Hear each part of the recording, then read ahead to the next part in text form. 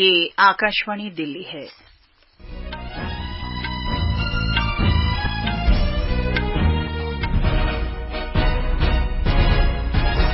दिल्ली में गणतंत्र दिवस को देखते हुए मेट्रो रेल की सुरक्षा व्यवस्था आज से बढ़ा दी गई है।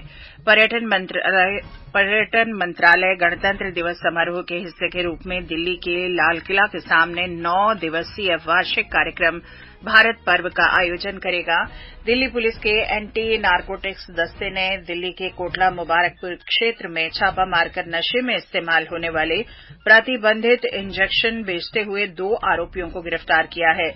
दिल्ली नगर निगम ने एक ही राशि के लिए एक से अधिक बार कोर्ट जाकर बकाया राशि प्राप्त करने वाले 13 सफाई कर्मचारियों को निलंबित कर दिया है। विद्युत और नवीकरणीय ऊर्जा मंत्री राजकुमार सिंह ने कहा है कि पिछले 9 वर्ष में बिजली क्षेत्र में 17 लाख करोड़ का निवेश हुआ है। गणतंत्र दिवस समारोह से पहले दिल्ली की सुरक्षा व्यवस्था चाक चौबंद कर दी गई है। दिल्ली पुलिस ने शहर में drone, paragliding, hot air balloon और रिमोट कार के परिचालन पर भी रोक लगा दी है। ये रोकथाम अगले महीने की 15 तारीख तक जारी रहेगी। इसके अलावा दिल्ली पुलिस द्वारा संवेदनशील क्षेत्रों में अतिरिक्त पुलिस बल तैनात किया गया है। ड्रोन, सीसीटीवी कैमरे और अन्य तकनीक के माध्यम से मुख्य बाजारों की भी निगरानी की जा रही है। दिल्ली में मेट्रो रेल सुरक्षा व्यवस्था आज से बढ़ा दी गई है। मेट्रो स्टेशनों पर सुरक्षा के व्यापक प्रबंध किए गए हैं। मेट्रो स्टेशनों पर यात्रियों की द्विस्तरीय जांच की जा रही है। इस बारे में दिल्ली मेट्रो रेल निगम ने बताया कि प्रमुख मेट्रो स्टेशनों पर अति व्यस्त घंटों के दौरान लंबी कतारें लगने की संभावना है। इसलिए मेट्रो प्रशासन ने लोगों से यात्रा के लिए समय से पहले निकलने की सलाह दी है। इसके अलावा यात्रियों से जांच में सहयोग की भी अपील की गई है। ये द्विस्तरीय जांच दिल्ली मेट्रो की सभी लाइनों पर 27 जनवरी तक लागू रहेगी।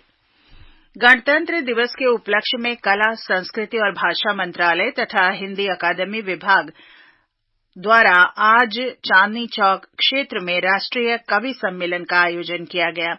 इस सम्मेलन में देश भर के विभिन्न क्षेत्रों के चर्चित कवियों ने भाग लिया। इन कवियों में डॉक्टर सुरेंद्र शर्मा, अशोक चक्रधर, डॉक्टर विष्णु सक्सेना, अरुण जैमिनी, राजेंद्र मालवीय और कई अन्य शामिल थे। इस अवसर पर सम्मेलन को संबोधित करते हुए कला, संस्कृति और भाषा मंत्री सौरभ भारद्वाज ने कहा कि दिल्ली की जनता का ये इतिहास रहा है कि उसने हमेशा कविताओं और मुशायरों में बहुत रुचि दिखाई है। उन्होंने कहा कि दिल्ली की जनता को हर कवि अपने कवि सम्मेलनों में बतौर श्रोता देखना चाहता है। मंत्री सौरभ भारद्वाज ने सम्मेलन में पधारे सभी कवियों का धन्यवाद व्यक्त किया। इस सम्मेलन का आयोजन प्रतिवर्ष लाल किले के पास होता है, लेकिन कुछ समस्याओं के चलते ये कवि सम्मेलन इस बार लाल किले पर न होकर चांदनी चौक के टाउन हॉल में किया गया। केंद्रीय मंत्री पीयूष गोयल ने आज नई दिल्ली में खान मार्केट के श्री गोपाल मंदिर में आयोजित स्वच्छता कार्यक्रम में भाग लिया। प्रधानमंत्री मोदी के आह्वान पर देश भर के मंदिर परिसरों में साफ सफाई का अभियान चलाया जा रहा है। प्रधानमंत्री ने 22 जनवरी को अयोध्या में राम मंदिर के प्राण प्रतिष्ठा समारोह की तैयारी के सिलसिले में तीर्थ स्थलों को साफ सुथरा बनाने का आग्रह किया था। प्रादेशिक समाचार आप आकाशवाणी दिल्ली से सुन रहे हैं। ताजा समाचार जानने के लिए आप हमारी वेबसाइट newsonair.gov.in पर लॉग कर सकते हैं।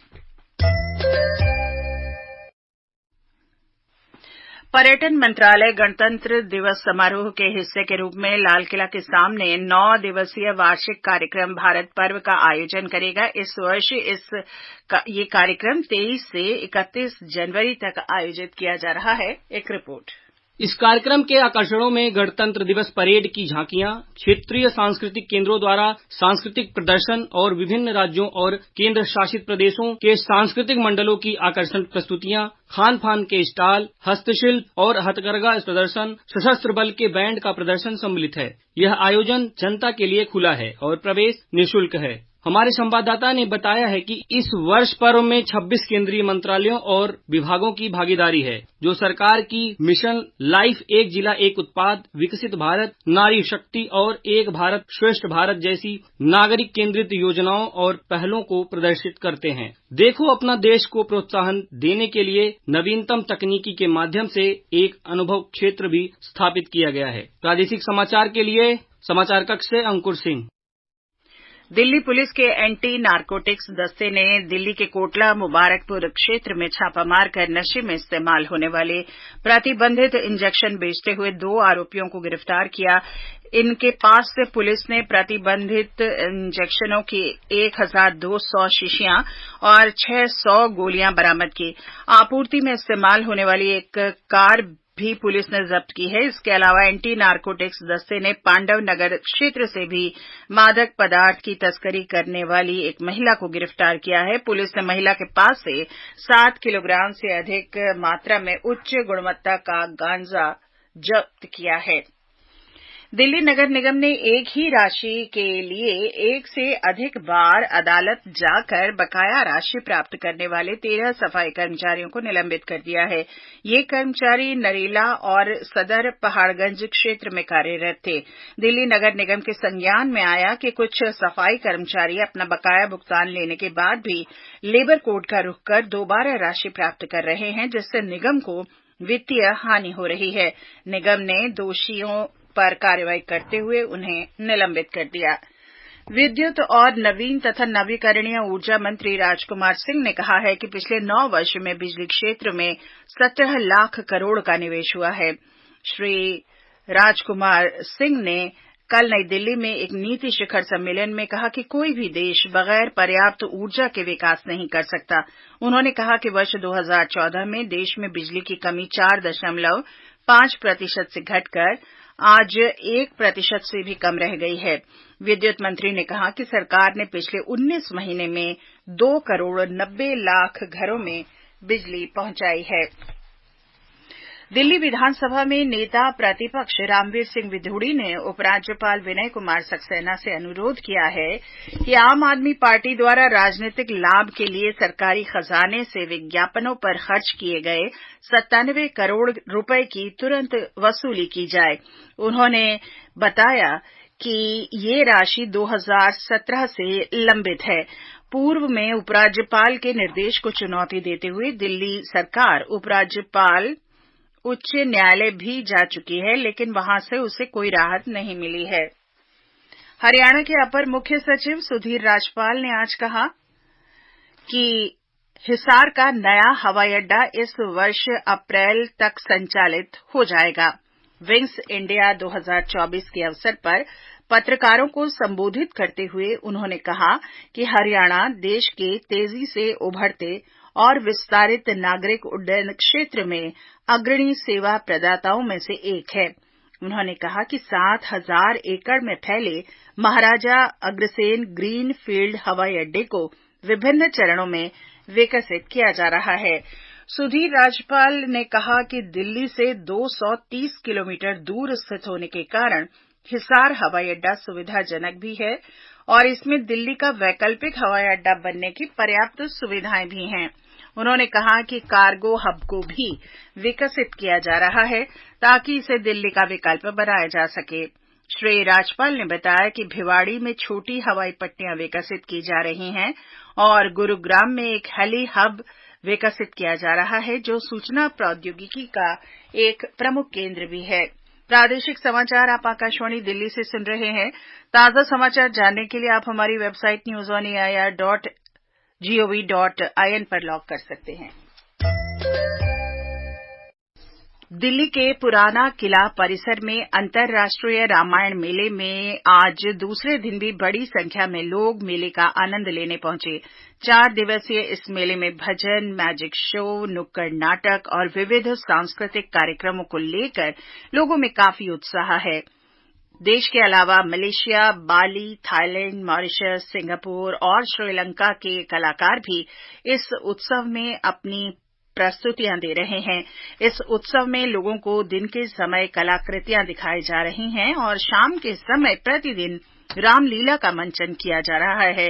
इस महीने की 21 तारीख तक चलने वाला ये मेला भारतीय सांस्कृतिक संबंध परिषद द्वारा आयोजित किया जा रहा है। रामायण के माध्यम से विश्व को जोड़ना विषय पर आधारित इस मेले में प्रवेश निःशुल्क है। आगंतुक सुबह 11:30 बजे से शाम 7 बजे तक इस मेले में जा सकते हैं। अयोध्या में रामलला विराजमान के प्राण प्रतिष्ठा समारोह की तैयारियां अंतिम चरण में हैं। मुख्यमंत्री योगी आदित्यनाथ ने आज अयोध्या में तैयारियों की समीक्षा की। दुनिया भर से अयोध्या में आने वाले आमंत्रित अतिथियों के ठहरने के स्थान टेंट सिटी को भी देखने गए। समारोह के मद्देनजर अयोध्या सहित समूचे राज्य में सुरक्षा व्यवस्था बढ़ा दी गई है। इस बीच प्राण प्रतिष्ठा समारोह से पहले आज अनेक अनुष्ठान किए गए। प्रधानमंत्री नरेंद्र मोदी ने 62 से अधिक गानों के साथ राम भजनों की एक प्ले लिस्ट साझा की है। सोशल मीडिया पर एक पोस्ट में श्री मोदी ने प्ले लिस्ट का लिंक दिया है और उन्होंने कहा है कि इसमें उनके पसंदीदा राम भजन भी शामिल हैं, जो पिछले कुछ दिनों में उन्हें लोगों से प्राप्त हुए हैं। प्रधानमंत्री ने आशा व्यक्त की कि इससे लोग भगवान राम के सार्वभौमिक आह्वान का अनुभव कर सकते हैं, क्योंकि प्रत्येक भजन भाषा से परे है और श्रद्धा से एकजुट होता है। सूचना और प्रसारण सचिव अपूर्व चंद्रा ने आज अयोध्या में प्राण प्रतिष्ठा समारोह के लिए मीडिया व्यवस्था और स्वास्थ्य सुविधाओं की समीक्षा की। श्री अपूर्व चंद्रा ने संवाददाताओं से बातचीत में कहा कि शहर में एक मीडिया सेंटर स्थापित किया गया है, जहां मीडिया कर्मियों के लिए सभी तरह की सुविधाएं उपलब्ध होंगी। उन्होंने कहा कि इस भव्य आयोजन की कवरेज के लिए राष्ट्रीय और अंतर्राष्ट्रीय मीडिया के सैकड़ों पत्रकारों के अयोध्या पहुंचने की उम्मीद है।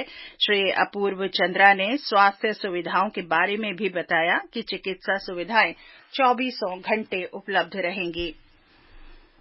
केंद्रीय उपभोक्ता संरक्षण प्राधिकरण ने श्री राम मंदिर अयोध्या प्रसाद के भ्रामक नाम से मिठाई बेचने पर अमेज़न को नोटिस जारी किया है। प्राधिकरण ने अमेज़न से नोटिस जारी होने के 7 दिन के भीतर इसका जवाब मांगा है। और अंत में मुख्य समाचार एक बार फिर। राजधानी दिल्ली में गणतंत्र दिवस के मद्देनजर मेट्रो रेल की सुरक्षा व्यवस्था आज से बढ़ा दी गई है। पर्यटन मंत्रालय गणतंत्र दिवस समारोह के हिस्से के रूप में दिल्ली के लाल किला के सामने 9 दिवसीय वार्षिक कार्यक्रम भारत पर्व का आयोजन करने जा रहा है। दिल्ली पुलिस के एंटी नारकोटिक्स दस्ते ने दिल्ली के कोटला मुबारकपुर क्षेत्र में छापा मारकर नशे में इस्तेमाल होने वाले प्रतिबंधित इंजेक्शन बेचते हुए 2 आरोपियों को गिरफ्तार किया। दिल्ली नगर निगम ने एक ही राशि के लिए 1 से अधिक बार कोर्ट जाकर बकाया राशि प्राप्त करने के लिए 13 सफाई कर्मियों को निलंबित कर दिया है। इसके साथ ही प्रादेशिक समाचार बुलेटिन समाप्त हुआ। नमस्कार।